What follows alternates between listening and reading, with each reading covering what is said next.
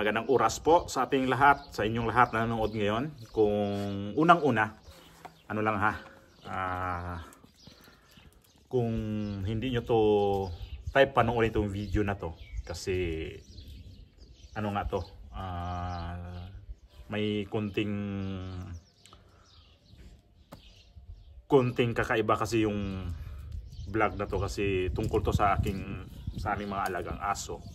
Ayan, si Israel. Si Kuro pa.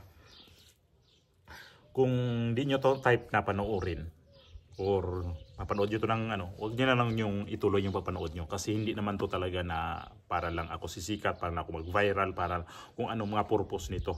Ang ano ko lang nito is, ang sentimiento ko lang nito ay yung tungkol doon sa aso na. Itong aso na to si Israel ay 4 na taon na to sa amin halos. First time namin siyang iwanan na ganun katagal na 1 buwan mahigit.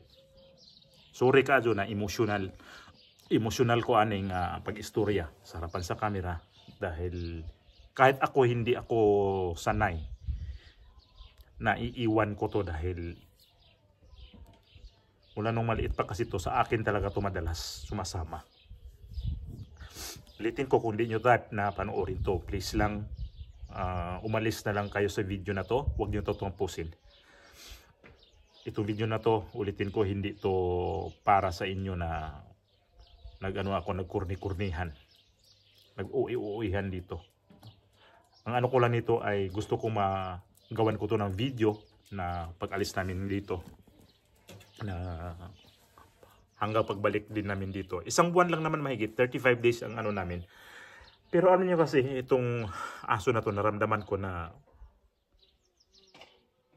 mayroon silang ano talaga, may pakiramdam talaga. Kasi itong pagpasok na to si Mana na to, mula pa noong Lunes, iba na siya, iba na yung galaw niya, iba na yung kilos niya, parang nagbibilang na rin siya ng araw. Nagbibilang siya ng oras kung aalis na ba kami. Kanina lang ang lungkot niya, hindi mapakali. Yun, nagliligpit ako ng mga dadalhin ko. Doon sa akin sa gilid yan. Naglinis ako ng mga manok. Kung saan ako hindi humihiwalay talaga itong araw na ito. Parang, alam niya na iwanan siya ng ganun katagal. Nilinis ko yung tulugan nila na maiwan sila. Doon sila iiwan ni Kuro. Si Kuro, isa pa yan na isa yan sa mga dahilan din na nahirapan din ako na mag-isip sa kanya kasi may edad na. Tapos nagkaroon na ng hindi maganda rin ang ano niya, yung mga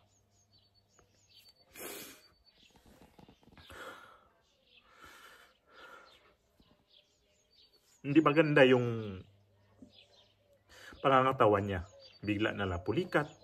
Bigla na lang siyang nung nakaraang linggo, in-injectionan siya ng 5 beses kasi yung ihi kasi may halong dugo. Kaya inano ko sa veterinaryo kung anong pwede. Tapos nilagyan siya ng antibiotic.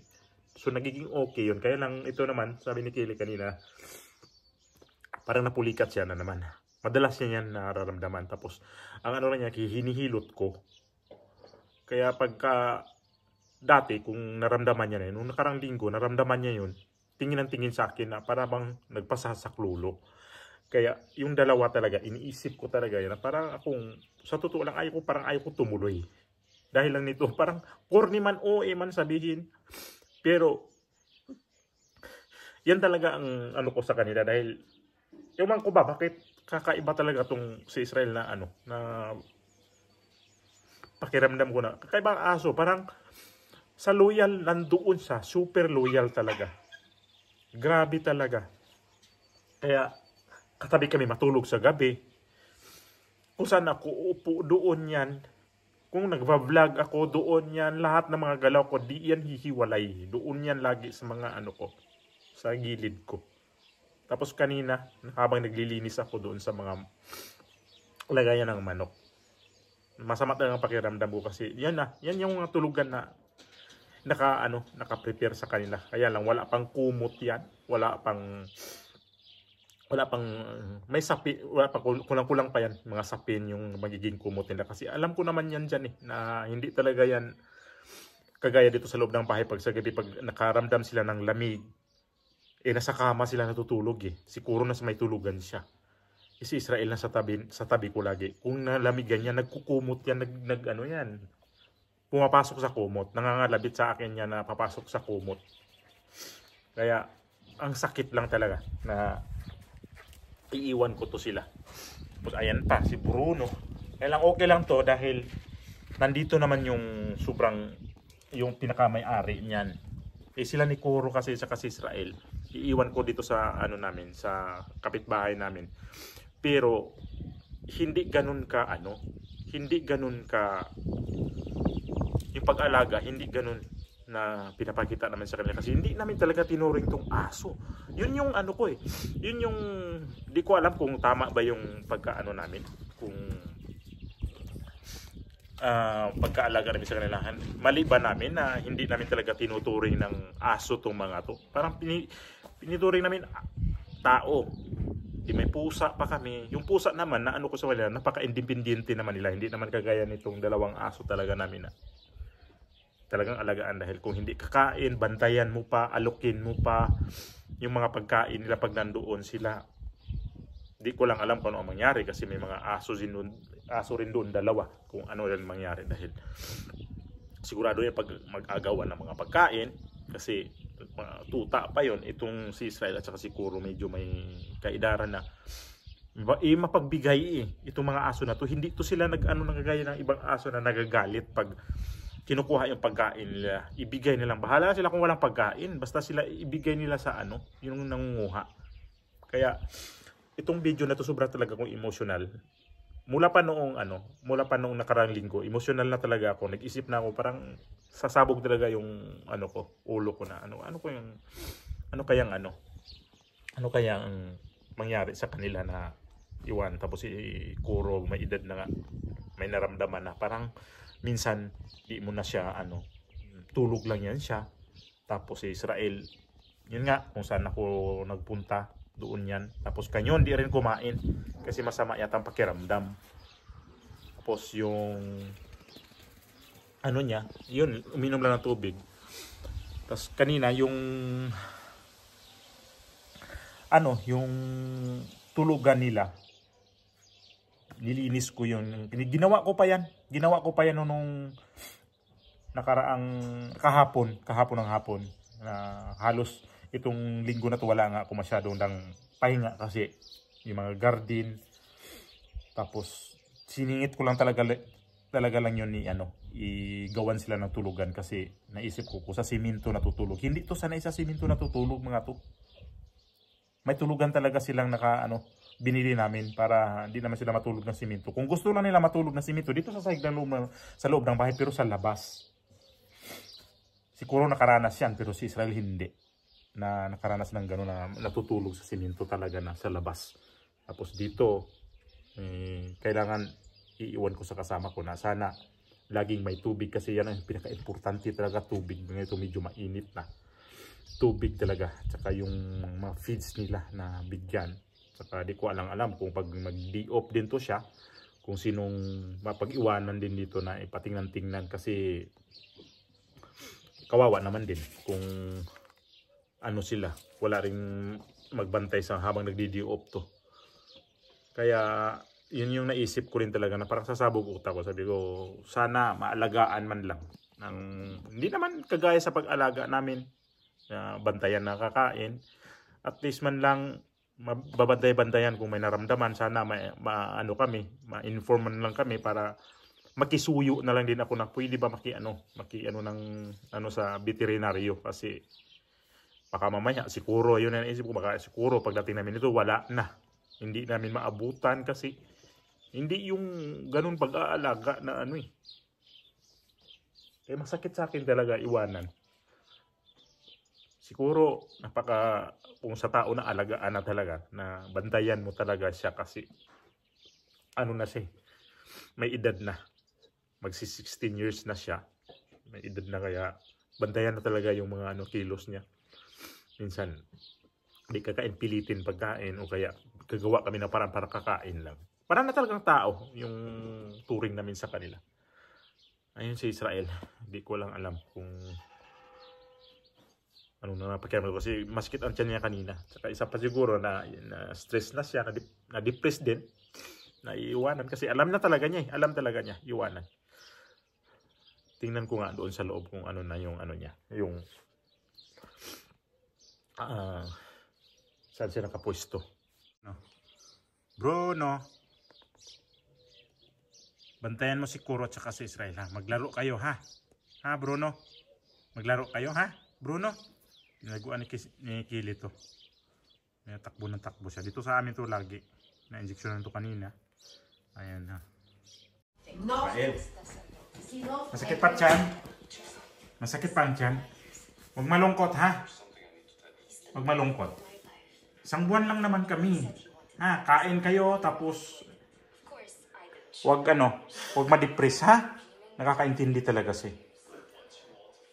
Kaya yung pagbablog ko ngayon, parang sobra akong emotional talaga sa kanya. Napaiyak talaga ako kasi parang nakikiramdam talaga siya ng gusto. Alam talaga niya. Di lang makapagsabi sila. Pero tayong nakakaintindi. Alam natin na nandun din siya na nalulungkot talaga siya sobra. Yung kanina nga yung tulugan niya doon, sabi ko, di niya naranasan nung matulog ng ganito. Yung mga tulugan nila, never niya naranasan yan. Hanapin natin. Punta natin si Kuro, nandito. Kuro! Ayan siya. Kuro! Naligo anok, Noy? Pinaliguan ko no kasi isang buwan mahigit ka makapaligo. Huwag ka muna papasok. Huwag muna papasok no. Ito muna, papatuyo ka muna dito. Ha? Huwag kayo maano ha. Actually bukas pa naman. Ang ano namin, alis. Ayan o. Huwag ka dyan. Nagpatuyo na yun. Masyadong ganyan ang aso pagpaliguan. Eto, nilinis ko puta kanina. Ang dami kong ginagawa. Kasi baka mamaya mag-open sila ng mga next week. At least nandito nalinis ko na yan mga yan. Yung mga binumbahan ko ng tubig. Ayun. Puntahan ko muna yung dalawang aso na magiging kasama nila dito.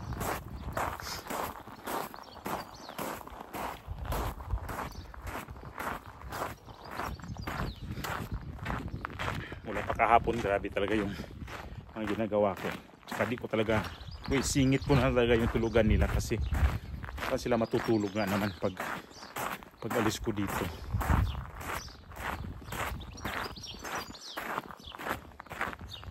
Ayun yung dalawa. Ayun yung isa pala. Si Prince. Si Felipe. Felipe. Dito Leticia. Asan si Leticia? Ha? Ayun si Leticia. Leticia.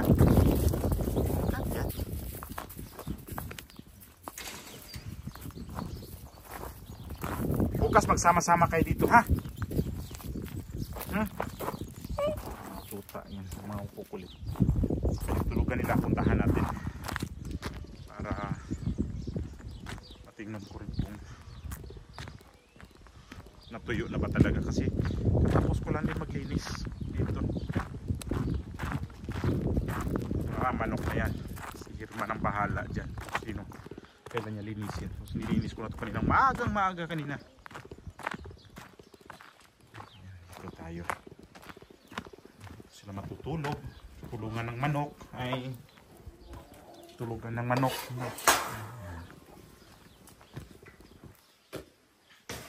Ito bahala na kung sinong matulog dito.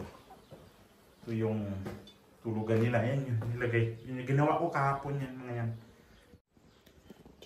Tapos ito yung ano nila, pagkain nila, sinulatan ko para makita rin ni Hirman. Ayan o. Ayan yung pagkain lang dalawa, pangalan nila nilagay ko para makita ni Hirman na ito. Ito yung kay Lirio.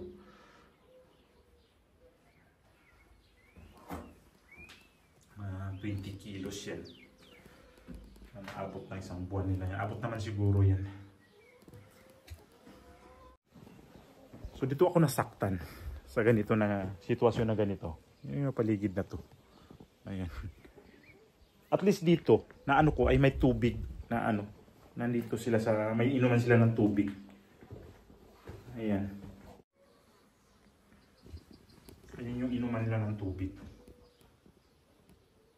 least di nawawala ng tubig yan kasi automatic yan pag nagdagdag ng tubig yan. Hindi sila iinom.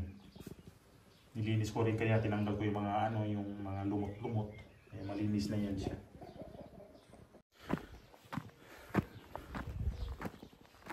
Yung mga kumot nila gagamitin dyan pala sa taas nila ganyan rin. Yan yung kumot pero kulang pa yan. Gusto ko dagdagan yan kasi ito.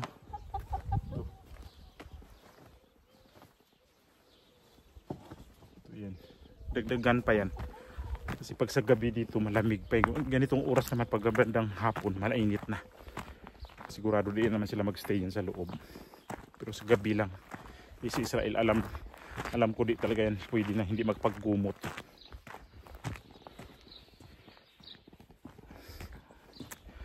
Oh.